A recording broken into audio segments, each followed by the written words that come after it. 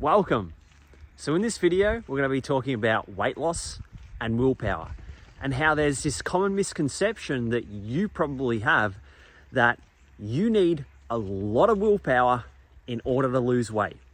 Well, I'm here to shift your perspective on that and show you that there is something much more important than willpower. And if you get that right, you actually don't even need any willpower at all. So first, I want to tell you a quick story to help paint this picture a little bit clearer for you. Now, Brooke and I have been wanting to get rid of our microwave for the last probably 12 or so months. And we've talked about it frequently, but we've never actually pulled the pin on it and got rid of it because microwaves just make your life easier. And this isn't a video about why you should get rid of your microwave. It's just going to help set the scene. So I've been talking about getting rid of this microwave for a good year now. Then I wake up a couple of days ago and for whatever reason, today's the day we get rid of the microwave. So I go to Brooke and I said, right, we're getting rid of the microwave. I've had enough. It's going, we've talked about it for long enough. And she was a little bit more hesitant than me. She was like, oh, maybe we should put it in the shed out of the way and then try the stovetop and the oven for a couple of weeks and see if we like it or not.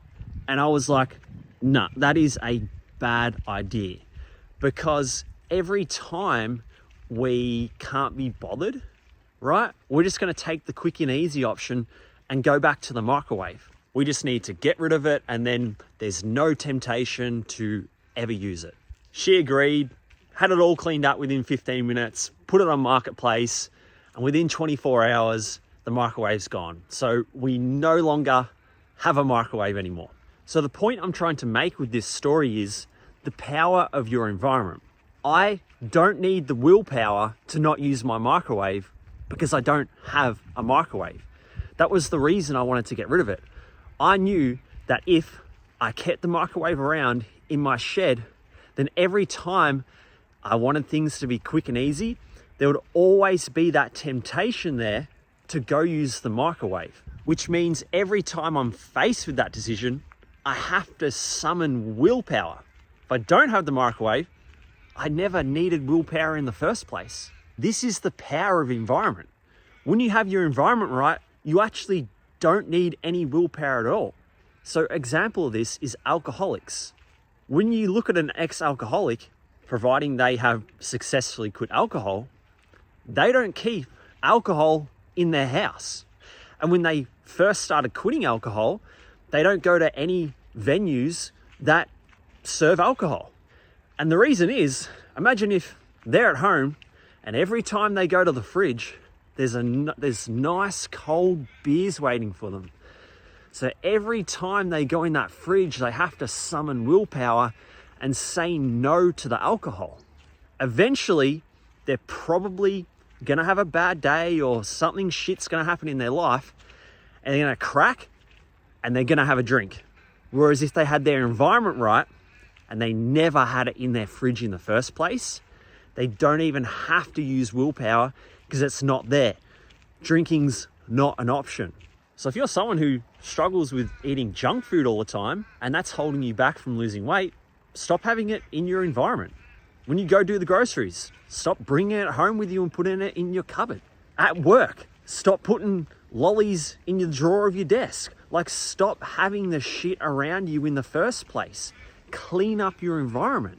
And then the people you hang around, they're also your environment as well. Like, the people you hang around, they always want to drink alcohol and eat shit food and then make you feel guilty for it, that you're not joining in on that.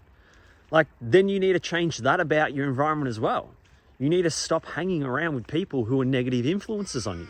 And coming back to the alcohol example, like the ex-alcoholic, he's trying to quit alcohol. He doesn't go hang out with all his drinking buddies because he knows that when he hangs out with the drinking buddies, all they end up doing is getting on the piss. So this is what I mean by that you don't need a whole heap of willpower to lose weight. When you curate your environment correctly, your environment makes the decision for you. It says no for you. You don't need to flex that willpower or flex that discipline. Your environment has already made that decision. I want you to now think about how you can clean up your environment. So the places you spend the most time in, so your house, work, right? How can you set them up correctly so that you don't have to flex your willpower and say no to junk food? And then secondly, your friends, your family, the people who you spend most time with. If you have people in your life who are negative influences, you probably need to spend less time with them. And also, if you have friends who are positive influences, you should probably be spending more time with them. That's all I have for you. Hopefully I've helped shift your perspective on willpower and that it isn't actually that important for fat loss. What's infinitely more important is setting up your environment correctly.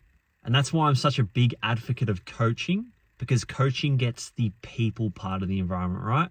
It gets you access to the right people, the positive people that you need in your life to make a change. Thank you for making it this far. Sending lots of love your way, and I'll see you in the next video.